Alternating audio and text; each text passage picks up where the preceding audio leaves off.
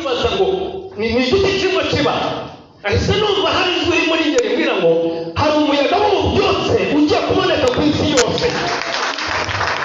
Hari abantu batarimo banyumva kuzamura amaboko. Haleluya, Yesu ashimwe. There is a wave of revival. Hari umuyaga w'ububyutse ugiye kuboneka ku isi. Reka mbabwire, hari abantu bamaze iminsi bashaka Imana yamaze kubona yuko hari abantu igiye gukoresha kugira ngo bongere bagaruke ku birenge byabo. Niba hari yumvise nazamura amaboko. Yesu ashimwe. Yesu ashimwe. Icyuma gicyaza ikindi n'umuntu agakaza mugenzi we. Reka nkubwire, igihe kirageze yuko hari abantu Imana igiye guhagurutsa bakagukaza bakagutyaza. Haleluya. Hari abaririmbyi bagiye gutyaza babandi bagiyeho umugese. Muri abo baririmbyi, haleluya, bana bati mwarimo muririmba ahangaha, hari abo mugiye gutyaza bagiyeho umugese barahoraga baririmba. Mwakabaye mwagize mutya. Hari abajyaga bavuga ubutumwa bagiyeho umugese. Pasa warimo wibaza what is going on? This is the wave of revival. It's a wave of the revival. Umuyaga w'ububyutse ugiye kubaho. Hari ahantu abantu bamaze iminsi ariko Imana igiye kuhabakura. Tuzamure amaboko. Haleluya. Hari ibito tumaze iminsi Imana igiye kubigukuramo. Haleluya. Hari amagambo adafite umumaro Imana igiye kugukuramo kugira ngo ushobore kuba mu cyerekezo nyacyo cy'ububyutse. Ariko hagize umuntu ukomera Imana amashyi yo kabyara.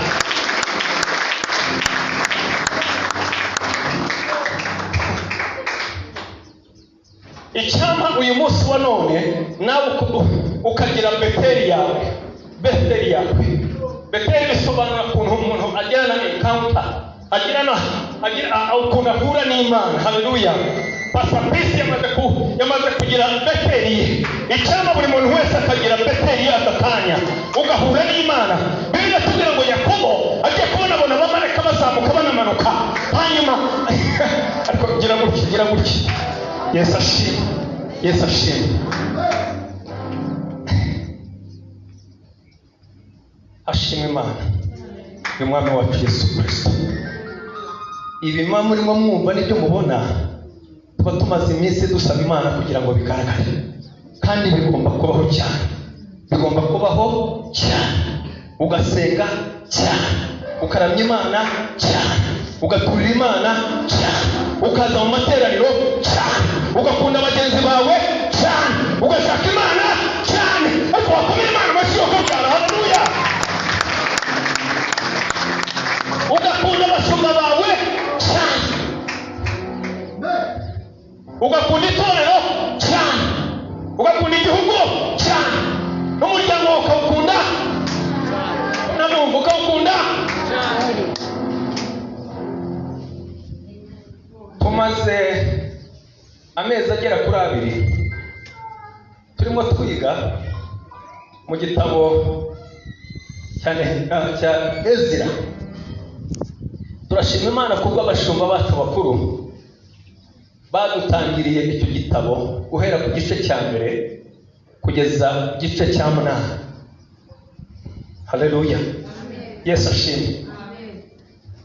Aba bashumba bemereye Imana kugira ngo ibakoreshe, kugira ngo tumenye aho Imana ishobora kugukura nubwo umwana w'umuntu ashobora kubona yuko utahava. Ntabwo muranyumva. Muri ibyo bice byose guhera ku cya 1 kugeza ku cya 8, abashumba Imana yarabakoresheje batwereka ukuntu Abanyesirayeli bari abanyagano, baba mu buretwa i Babiloni.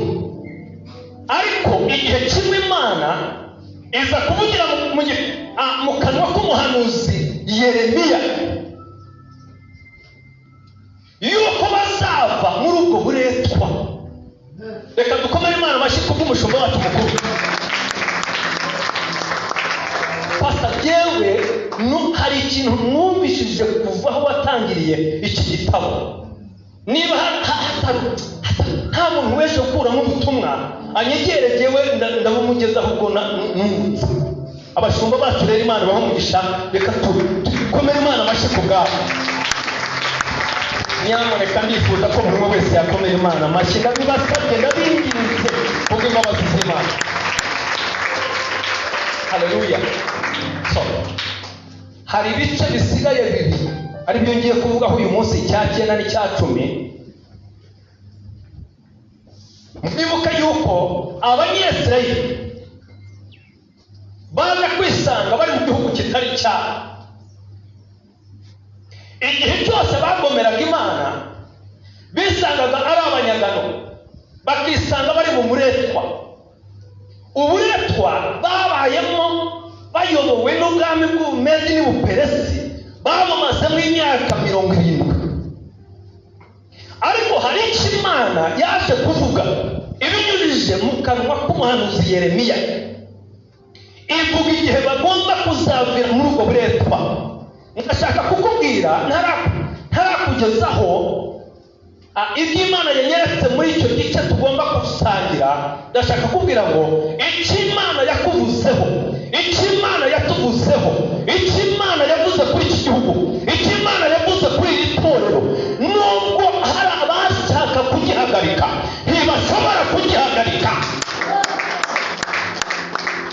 Reka mvugane nawe. Let me speak for your heart. Reka mvuge wowe, mvugane nawe wowe ku giti cyawe. Niba hari icyo uzi Imana yavuganye nawe, Imana ntibeshya. Nta jambo ryose Imana ivuga ngo rihere. Pastor Reverend Katete, hari icyo Imana yavuganye nawe igihe yazaga hano. Hari igihe ajya duha ubuhamya, bamwe ntimubyumve cyane, ariko Pastor, Imana yavuganye nawe cya gihe na n'ubu iracyari y'Imana ya yindi. Ariko bigane n'urimo wumva ubutumwa wenyine kuko Yesu ashimwe. Ndashaka ngo muzamure amaboko gutya gato babwire impamvu muzamure amaboko. Turashima Imana yavuganye n'umushumba wacu mukuru ikamuzana hano. Ntabwo yizanye, ariko mwongere mwinzamure amaboko gatoya. Niba hari umuntu uri hano wumva ibyo mvuga, niba hari aho Imana ikugejeje, hari igihe yavuganye nawe, cyangwa yavuganye n'ababyeyi bawe, cyangwa yavugiye mu kanwa k'abahanuzi, ikugejeje aho ugeze yaravuze. Hari n'ahandi igiye kukujyana kuko igomba kuvuga kandi ikanakora. Ni Imana ivuga igakora. Ndashaka kukongerera imbaraga zo kwiringira Imana. Niba hari ikintu Imana yavuganye nawe, niba utazi ni navuganye nawe, fata iyi Bibiliya. Iyi niyo kataloge uwizera Imana wese arebamo akamenya umugambi w'Imana. This is the catalog. Fata iyi Bibiliya, uramenya umugambi w'Imana ku buzima bwawe. Ntabwo uzabaho utomboza. Na Erikaze yaje hano muri iki gihugu turayirukana. Ni wowe ugishaka ibintu byo gutomboza. No, fata Bibiliya, ubuzima bwawe uramenya icyerekezo. Hari umuntu uri kuvugana nawe?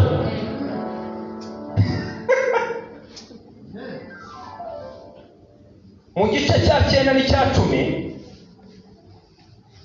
mbere y'uko dusoma ndashaka kubereka ibintu bigera kuri 4.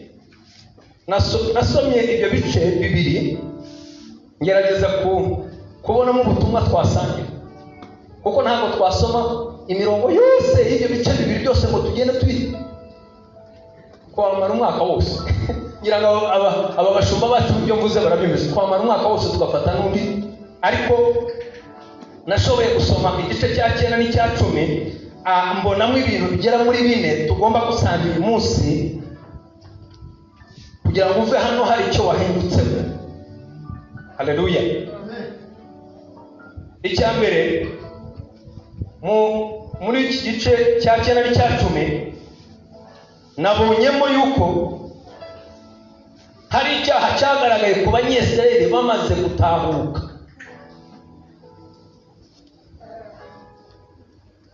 icyaha kiragaragara. Cya kabiri, icyaha kimaze kugaragara, nabonyemo ikindi kintu cya kabiri, bababazwa n'icyo cyaha. Turaza tubisome turebe uburyo habayeho iyo sorrow, iyo sadness y'icyaha cyabagaragayeho. Kuko hari abantu bagaragaraho n'ibyaha ntibibanababaza, bakabyinjoye. Abasore muranye b'abanyamujya ngo no kwinjoye, uri mu cyaha urinjoye. Okay, mukanya turasha. Icya gatatu, icyo cyaha kigaragaye, bababaye, habayeho kwihana.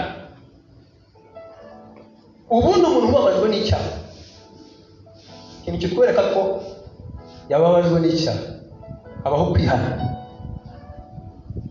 Ikindi cya kane nabonye muri ibyo bitabo byombi ni opposition. Wari uzi yuko ushobora gushaka kwihana hakaba ababikubuza n'ababirwanya, cyangwa nkaba ndigisha kwihana akagira abandi n'abamaze kukubwira ati hane, akagira abandi bakwegera bakakubwira ati biriya kubwiye ntabwo ari byo. Waba utese udakoresheje article 15 debriyage debriyevu n'ibindi n'ibindi. Ubone uretse mu kanya turara muvuge ngo amen. Shima Imana, babashumba baratwigisha mw'abantu. Uzi guhera ku gice cya mbere kugeza ku cya 8 umuntu agushakira umugati w'ubugingo. Ariko abashumba mwe mubashakira uwe mugati hano.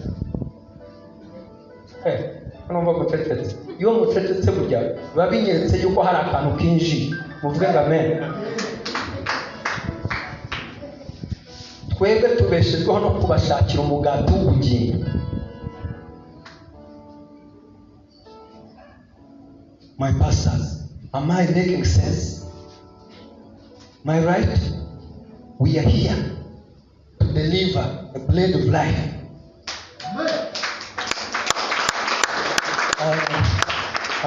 Imana wajya kudusomera hano Bibiliya, sinzi umutware wawe ari hehe? Ntabwo yaje, urabidufashamo wowe. Haleluya, Imana ishimwe cyane. Reka dusome Ezira igice cya 9. Hari umuntu ugiye kudufasha, muduhe mikoro. Mugira neza, nabona ari tayari. Imana umuhe ku mavuta ari hano. Ezira igice cya 9.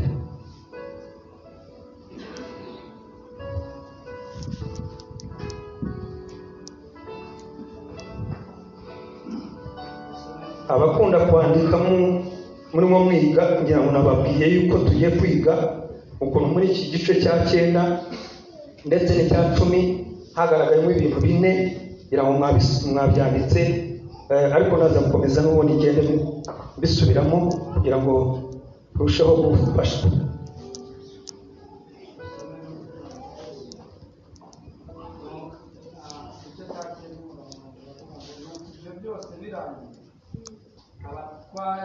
Mugira President, niba guhe mikoro ivuga kabisa. Baturimo dukora umurimo w'icyubahiro mwuka byara. Nuko ibyo byose birangiye, abatware baranyegera barambwira bati, begereye Ezira, wowe ntugasubize aba bantu nibo tuba dushaka. Amen. Ibyo birangiye uhereye mu gice cya mbere kugeza mu cya 8, aho hari akazi k'Imana arimo ikora. Ibakuye mu buretwa, baratashye. Abambere murabyibuka yuko bazanye na Zerubabeli, abakabiri bazanye na Ezira uyu nguyu niwe wabazanye. Haleluya. Aha ngaha turimo tuvuga inzu y'Imana yamaze no kubakwa. Ibyo birangiye, mutega amatwi mwumve. Burya hari ibijya birangira mu buzima bwawe ko tukareba ibikurikiraho. Ubu hari ibyarangiye hano kuri iri torero, ariko hari n'ibindi bigomba gukurikiraho.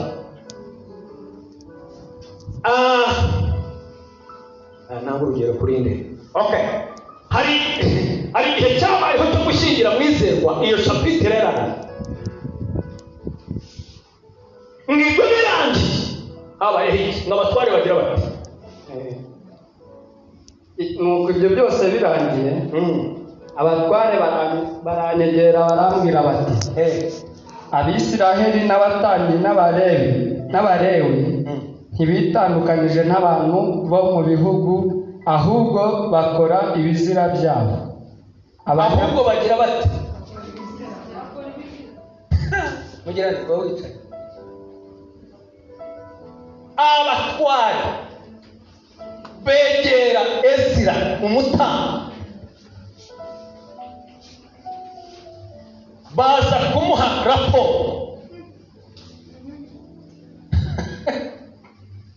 Tega amatwi wumve.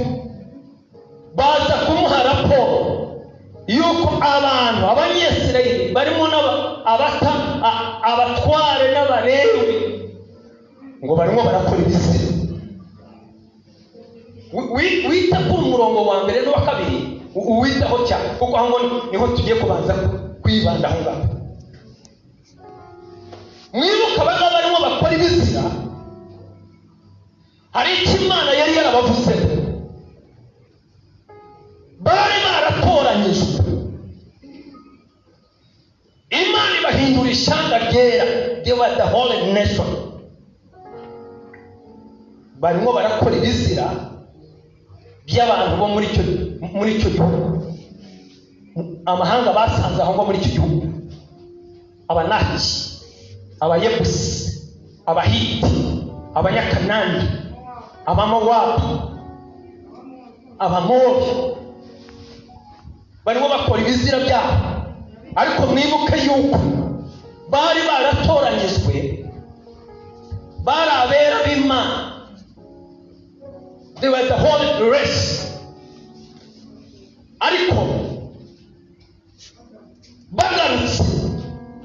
bagarutse mwibuke yuko bamaze imyaka 70 mu bunyage. Baraje, Imana yavuze, hari n'icyari kibagarushye. Imana inyujije mu mwami Kuro yuko bagomba kuza bakubaka inzu y'Imana, bagakora umurimo w'Imana. Nebukadinezari hari n'ibikoresho byo mu nzu y'Imana i Yerusalemu yari yarakuyeyo abizana i Babuloni. Umwami Kuro byari ngombwa yuko nabyo yagombaga kubisubizayo. Bisobanura ngo hari papasi, hari umugambi w'Imana, hari porogaramu y'Imana, hari gahunda y'Imana. Hari umuntu uri kunyumva? Nawe uri hano kubw'umugambi w'Imana. Amen. Nongera ngusubiriremo, ntabwo uri hano kubw'impanuka. Abanyesirayeli bagombaga kuva mu bunyagano, mu buretwa, kugira ngo bashobore gukora icyo Imana yashakaga. Imana yanyuze mu muhanuzi Yeremiya, irangiza ikoresha umwami Kuro. Kiri aho ngaho, igihe cyose icyo Imana ivuze hari uburyo igisohoza. Abana b'abantu twabishaka tutabishaka, igihe kiragera icyo Imana yavuze, ikinyujije mu bahanuzi, ikinyujije mu ntumwa, ikinyujije mu bungeri, kigasohora. Niba ukoma amashyi yakomeye neza cyane. Haleluya. Yesu ashimwe cyane. Nta jambo Imana ivuga ngo rihere. Aba ngaba Imana yabavuzeho ikintu gikomeye cyane. Ngabo baje mu buretwa bw'imyaka magana ngahe muri Egiputa. Imana bakuyeyo, barongeye bagiye ibyo Imana avuganye nabo, barongeye bagiye mu bundi buretwa, baranyazwe bw'imyaka 70. Imana irongeye bagiriye imbabazi, irabacyuye. Barangije ngo batangira kujya mu bizira. Yesu ashimwe. Reka mubwire nshuti, ukwiriye kuba maso ukamenya icyo Imana yakuremeye kuba cyo. Aba banyesirayeli ntabwo Imana itabagenzaga, kuko hari icyo Imana yari yarabaremeye kuba cyo. Niba turi hano nk'abakristo twaravutse ubwa kabiri, icyo ngicyo Imana yagishyizeho kugira ngo tube ishyanga ryera.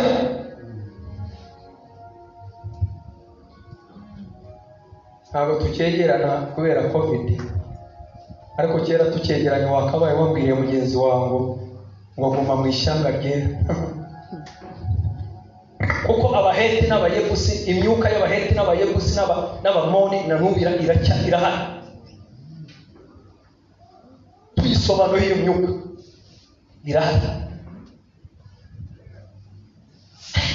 Imana ibakuye mu buretwa bw'ubunyagano, barangije bajya mu bizira by'abamoni, abahiti, abayebusi n'abandi bari baraho icyo gihugu. Haleluya. Mwibuka yuko bagiye kuba babaye abanyagano, abo bahise baba muri icyo gihugu cyabo. Ariko igihe kiragera, Imana ibona yuko bagomba kugaruka muri gakondo yabo. Hashimwe Imana ku bakristo bari muri ngo tempo, mwagarutse kuri gakondo yanyu ahangaha. Ariko mwakomeye Imana amashyi. Abashumba mumfashe dukomere Imana amashyi kubwa abagarutse kuri gakondo. N'ubu turacyatura impunzi. Muvuge ngo amen. Nibutse akantu najyaga mbwira abantu kera, bavuga ngo twese iyo turi mu nzu y'Imana tuba turi impunzi, tuba twahunze shitani uriya hanze y'ingwe n'abadayimoni, tugahunga kugira ngo turuhuke, kuko ijambo rirambwira ngo yemwe abarushye n'abaremerewe mugire mute, nimusange mugire mute. Rero ndi impunzi yahungiye hano, nawe wahunze. So ifate neza wumva amabwiriza ya komisiyo ishinzwe impunzi muri itorero ryacu. Aba bashumba ni abatambyi bakuru n'abayobozi bakuru. Hari izindi komisiyo ziba ziri aho hasi zishinzwe kwakira ba bandi bose bakeneye Imana twizeye. Ariko hari ikintu nababwiye mutitondeye, reka nsubiremo. Imana yarekuye umuyaga w'ububyutse, abawushaka urabageraho.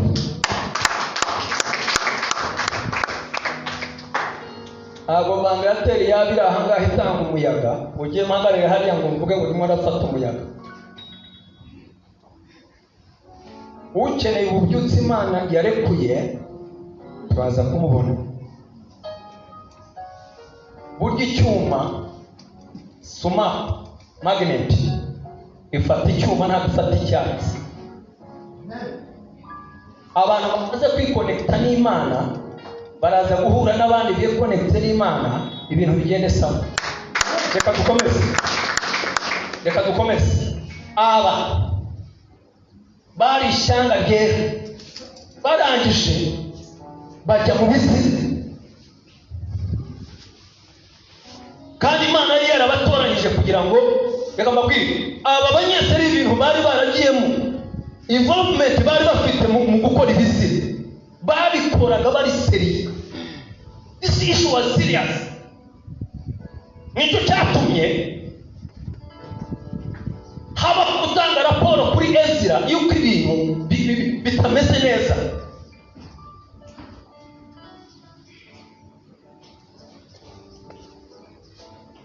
Komeza usome. Mugira neza yagiye. Komeza utome mugira neza. Okay, reka nangire ku murongo wanjye. No.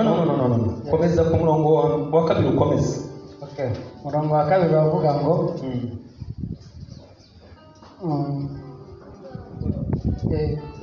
kuko ubwabo birongorera abakobwa babo bakabashingira n'abahungu babo, bigatuma urubyaro rwera rwivanga n'abantu bo muri ibyo bihugu. Bituma urubyaro rwera rwivanga n'abantu bo muri ibyo bihugu. Komeza ihute.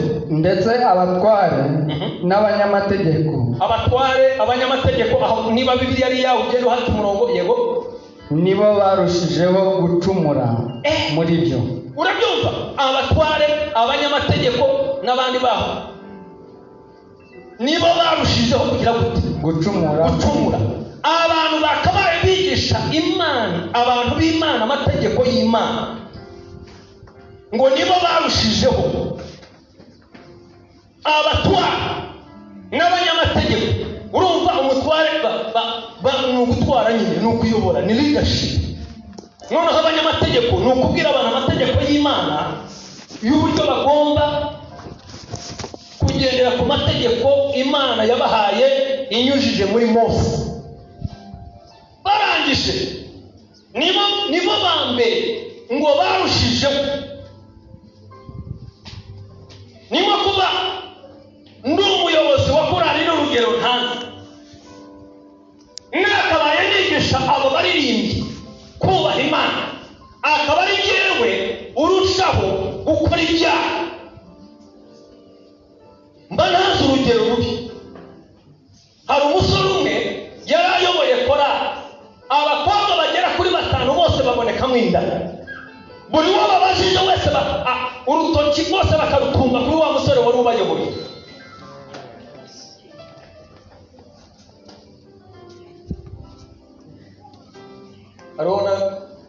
arabona bibwirije mu rubyiruko, umusore umwe azana urwenya ngo uwo musore yari ameze nk'imfizi y'akarere.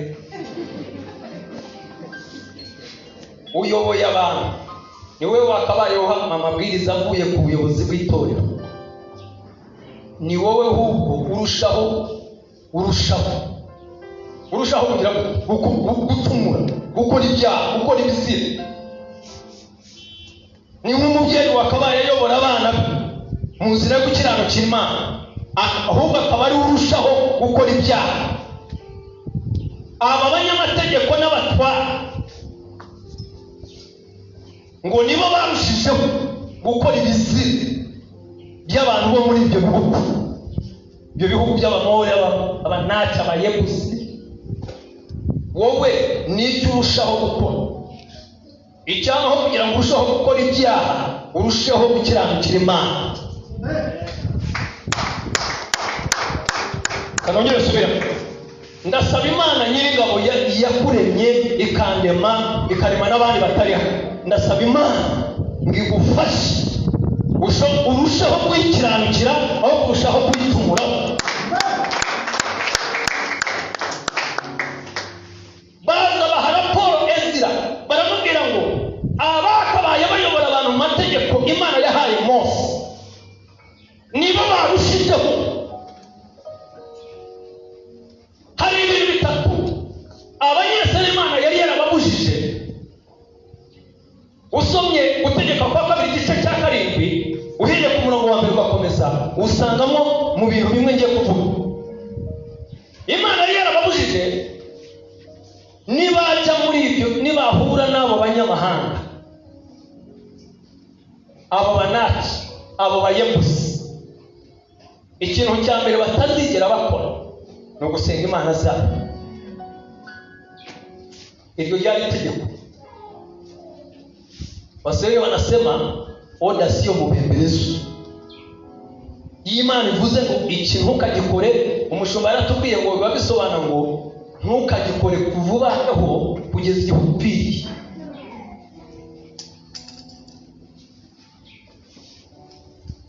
Ariko rero wowe wa mukobwa we baragukora kuri iri ngiri, uvuga ngo numvishe ko ari byiza, dore n'iri ngiri.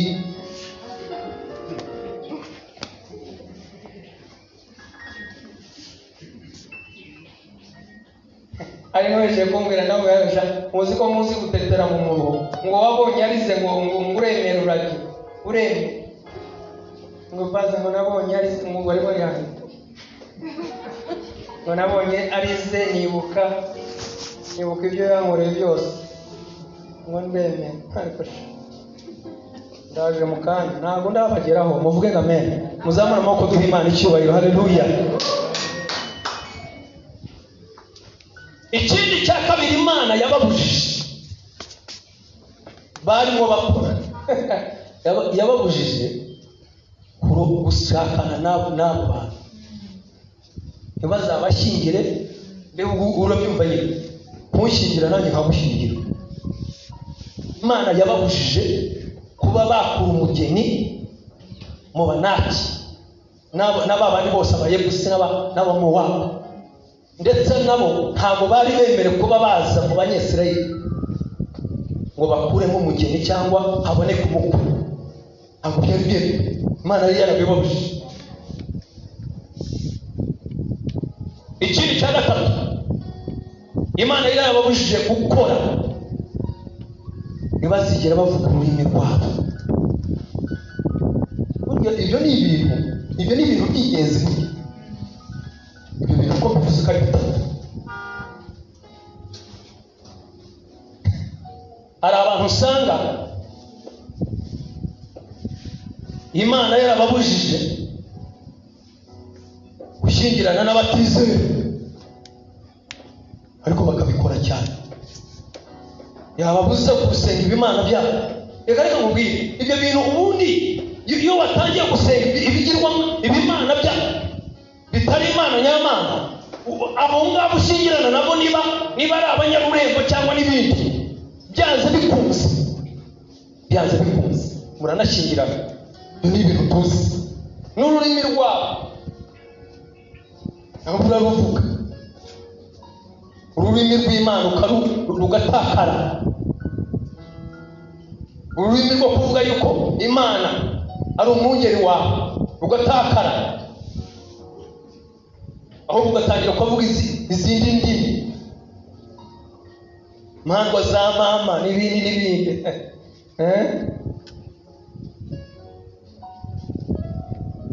Haleluya. Aba ngaba baraje, Imana yababujije ntibazigere bashyingirana nabo, barangije. Ariko reka hari akantu numvishe kanje kuri, reka nkavuga. Uzi ko bano bantu bameze nka bamwe muri iki gihe, Imana ibuze ikintu ukagira ngo irababwiye ngo mugende mu gikoni. Imana ikakubwira ngo sigaho hafi iki kirazira. Mujya mwumva za kirazira zo hano mu gihugu cyacu. Burya ni itegeko. Kirazira urenze kuri iyo kirazira y'igihugu cyacu, hari itegeko uhita ugongana naryo, ubundi ukagundagurana naryo rigasoza rigukubise hasi.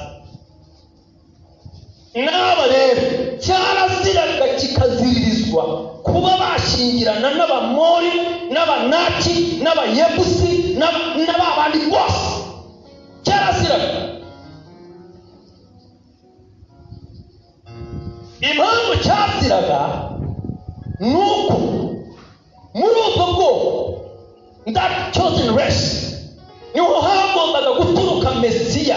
Iyo mushyingiranye, reka mbabwire ubwoko bw'Imana. Reka abantu bamweretse gatoya.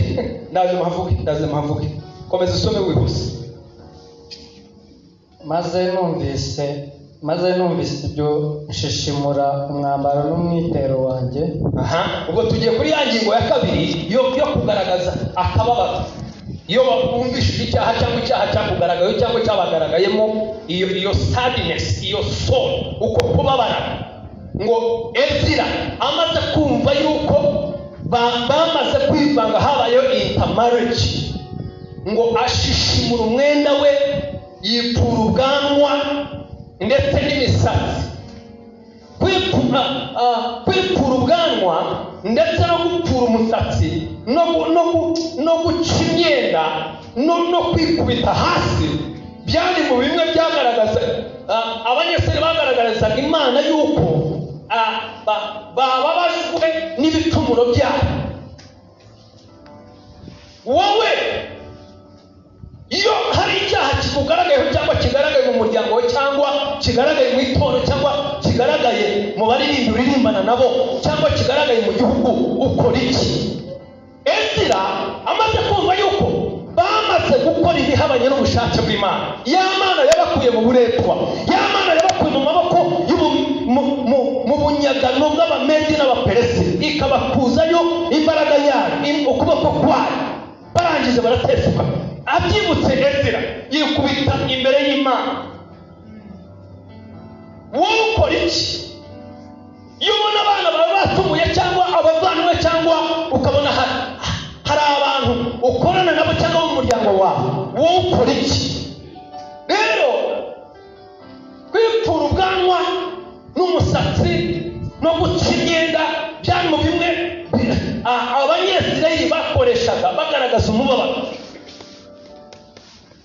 Wowe ugaragaza ute umubabaro mu gihe icyaha cyakwadutseho cyangwa cyadutse iwawe? How do you express sorrow or sadness? Ni gute ugaragaza akababaro k'icyaha waguyemo?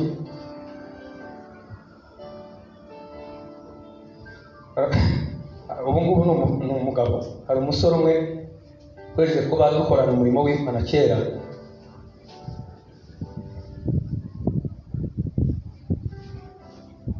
ariko twari n'abanyeshuri. Noneho aza kumbwira akantu, aravuga ngo, yabivuze mu kirimi wenda bamwe mutazi ariko ndaza mbisobanure, cy'Abanyankore hano mu gihugu cy'abaturanyi. Ngo igihe cyose yarebaga abakobwa akibuka yuko yakijijwe, akumva nyine hari ukuntu irari rivumbutse. Ngo buri gihe cyose yahoraga asenga Imana ati Mukama hagati nyicire rireba bishiki. Mvuze ngo yarasengaga akavuga ati Imana, iri jisho rihora rireba abakobwa waryisha ukarinogoramo. Noneho ngo yambwiraga cyanditswe ari abantu b'indipreta ukuntu ibyanditswe. Noneho hari icyanditswe kivuga ngo aho kugira ngo iri jisho ritume urimbuka, ngo Imana izagire gute? Ariko mwavuze cyane inshuti zanjye, izagire gute? Aha, Rigana bivuze cyane, wowe urimo uramurikira cyane Rigana. Izarinogore. Noneho nawe yakurika icyo cyanditswe aravuga ngo Mukama hagati nyitire rireba bishi, ngo Mana wanyitira ijisho rireba abakobwa. Byari bimaze kumubabaza buri gihe cyose, buri ko yarebaga abakobwa yisangaga yavuye mu cyaha. Ariko nk'abantu icyanditswe kivuga ngo inogoremo ntabwo bivuze ngo iri jisho rya Imana irikure. None ubu ngubu Imana yifuza yuko wabaho nta maso ufite.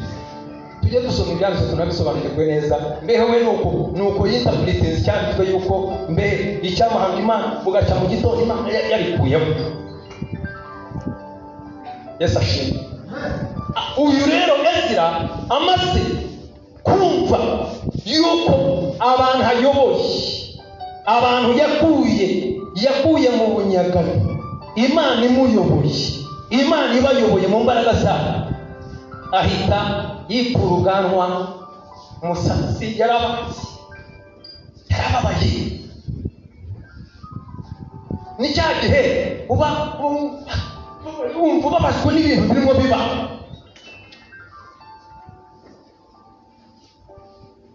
Washishimura n'imyenda ye.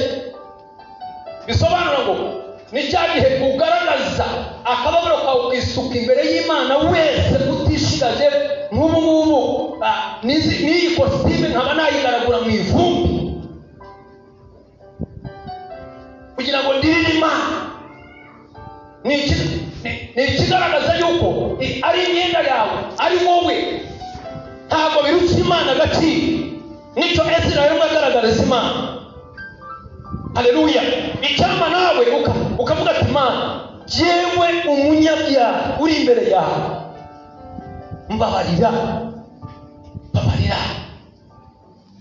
Ntiwite ku myambaro wambaye, ntiwite ku cyubahiro ushobora guhabwa, kuko icyaha gishobora kugukura no mu ntebe ushobora kuba waricayemo, yaba iy'akazi yaba iyo ari yo yose.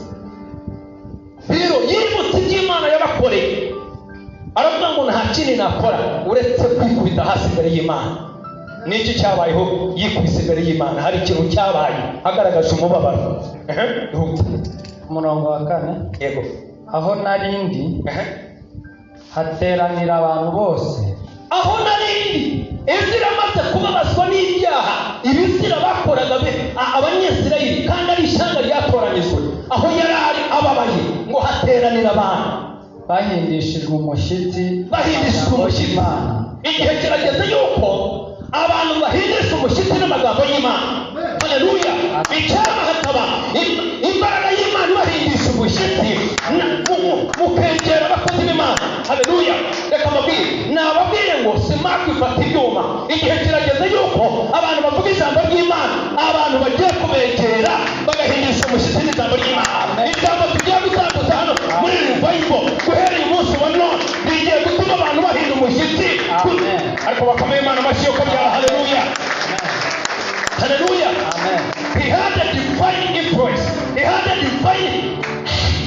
ariko wasama amaboko. Haleluya, Yesu ashimwe cyane. Abantu baguteraniraho ukora iki? Ezira ababazwa n'icyaha, abantu bose bateranira hari. Wowe abaguteraniraho baguteraniraho kubera iki? Hari igihe rero kubona Kampala umuntu amaze kwiba, abantu bamuteraniraho baramutwika. Wowe abantu baguteraniraho ukora iki? Icyampa abantu bakaguteraniraho uri gusenga Imana, uri muramya Imana, uri keta ya manda kubera Imana maze. Haleluya, n'amoko tuhimana icyubahiro. Haleluya, icyampa abantu bakaguteraniraho uramya Imana. Shaba murikirana wumve. Icyampa urubyiruko rukaguteraniraho uramya Imana. Icyampa mwa rubyiruko rwari ruri ahangaha ruyobowe na Dawudi, abandi basore bakaza bazanywe n'izo mbaraga z'Imana zibarimo, ariko bagomera Imana ngo mu izina ryayo. Igihe kirageze yuko ubabazwa n'ibyaha biri muri iki gihugu ukinginga Imana, hanyuma Imana ikaguha ikakwegereza abantu bayo. Niyo mpamvu Yesu yavuze ngo ahari intumbi n'inkongoro zigira gute? Muvuge cyane. N'inkongoro zigira gute? Ziteranira. Bisobanura ngo igihe cyari kigiye kugera agiye gupfa, ubundi intumbi inkongoro zirasa. Bisobanura ngo nawe yari agiye gupfa kugira ngo yireherezeho amahanga yose. Haleluya, ashimwe Yesu watwiyerezeho amaze gupfa arazuka kugira ngo atwiyegereze abadata. Haleluya, kamera Yesu amaze kubwira akantu keza. Haleluya, ashimwe Yesu wamaze gupfa akazuka akaba yaratwiyegereje. Na Ezira nk'umutambyi, na Yesu ni umutambyi mukuru, yararize ababazwa n'ibyaha, abantu bose baramwegera. Natwe twegera Yesu nk'umutambyi mukuru muri iki gihe, ariko mwami mwamupera amashyi yo kabyara. Twegereye intebe yawe z'amashimwe, indirimbo nshya z'amashimwe n'icyubahiro ni wowe.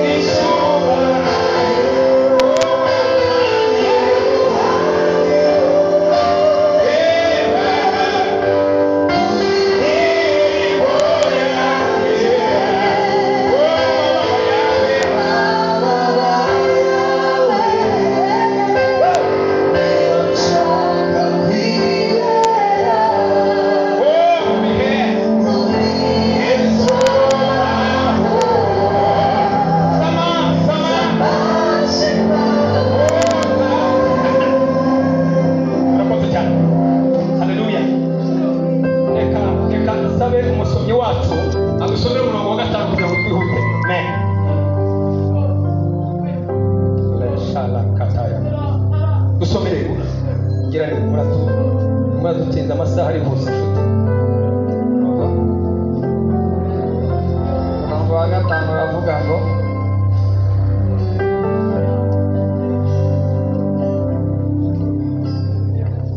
dusomere mugirane uruguru ituro rya nimugoroba aha rituwe nkaguruka aho narindi yego nibabaje mugirane shyiramo akabaraga ituro rya nimugoroba rituwe nkaguruka aho narindi nimugoroba narindi nibabaje yego umwambaro wanjye n'umwitero wanjye aha byari bishishimutse yego nterako nkubita amavi hasi ntegera Uwiteka Imana yanjye Yego. ibiganza ndavuga nti yego ayi Mana yanjye yego nkozwe n'isoni mu maso hanjye haratugegeza yego bimbuza kukuburiraho amaso Mana yanjye kuko ibicumuro byacu yego bigwiriye bikaturengerana yego dutsinzwe n'imanza nyinshi yego zarundanijwe zikagera mu ijuru uhereye mu bihe bya ba sogokuruza yego twagibwagaho n'urubanza rukomeye cyane rekeraho mu kanya ndaje mu mashuti amasaha ya nimugoroba yari amasaha ya saa 9 yo gusengeramo yo gutamba ibitambo. Ayo masaha yarahagarariye atwereka umusaraba, atwereka igihe Yesu yapfaga. Aho ngaho nicyo byagaragazaga. Aho muri ibyo bihe byo gutamba ibitambo basenga, byagaragazaga igihe umwami wacu yajyanywe Nyabihanga ku isaha ya 9 aratanga. Aha niho magezi amarangamutima yanjye arafatwa ku isaha ya 9 ati Sharon dufashe ku isaha ya 9 ati birarangiye. Ku isaha ya 9 ati birarangiye. Kuri iyi saha niho bajyaga bajya gutamba ibitambo binginga Imana. Iyi niyo saha umucunguzi wacu yemeye aratanga, niho yavugiye ngo byose birarangiye. Birarangiye ibyo gucungura, Haleluya. ibyo gucungura abana b'abantu, birarangiye ibyo gucungura abanyarwanda, birarangiye. Haleluya. Yes. Birarangiye mwizamure amaboko. Haleluya. Niho yavugiye kuri iyo saha ya 9. Iyo saha ya 9 aho Ezira yari ababaye, abantu bazana ibitambo babarira Imana bayinginga. Iyo niyo saha niyo umucunguzi wacu yarangije misiyo yo kuducungura. Ariko umwami mwamwongeye amashyi yo kabyara yatugiriye neza. Muri iyo saha tubona umusaraba, tukabona gutanga kwa Yesu. Haleluya. Abigitambo, abimuhungano aho ngaho. Ayiwe, wakabaye uzamura amaboko ukayishimira Imana. Vuga ati Mwami ndagushimiye. Vuga ngo Mwami ndagushimiye kubwo kumpa Kristo. Abatazamura amaboko muri hehe? Mwebwe ntabwo mwacunguwe se? Vuga ati Mwami ndagushimiye ko wacunguye. Haleluya. Kuri iyo saha ya 9 niho umwami yarangirije misiyo kugira ngo abone itorero rivayivo ryaturutse aho ngaho. N'ayandi matorero ni aho ngaho yaturutse. Haleluya. Twarabohowe, tugenda turirimba ko twabohowe kubera kuri iyo saha batamiraga ibitambo, itwereka ukuntu Kristo yemeye agatanga. Ariko umwami mwamwongeye amashyi yo kabyara.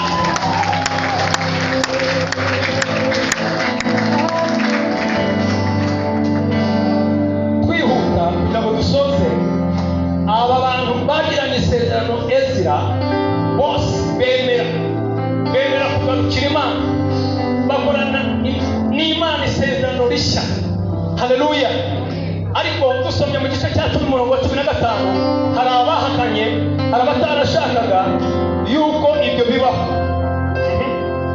Yonatani mwene Asaheli na Yahazeya mwene Tikuva nibo bonyine bahagurutse bahakana iyo nama bahakana inama yo gusenda bagombaga gusenda abagore bashatse ndetse n'abana babo ndetse n'aho bashingiye mu bamori no mu banaki no mu baki bose abakobwa babo bagombaga kuvayo bagasigayo abo bana. Bisobanura ngo ntabwo Imana yashakaga yuko Satani, kuko yari afite umugambi wo kwanduza cyangwa kurimbura ishyanga ryera aho Mesaya Jehova. Haleluya!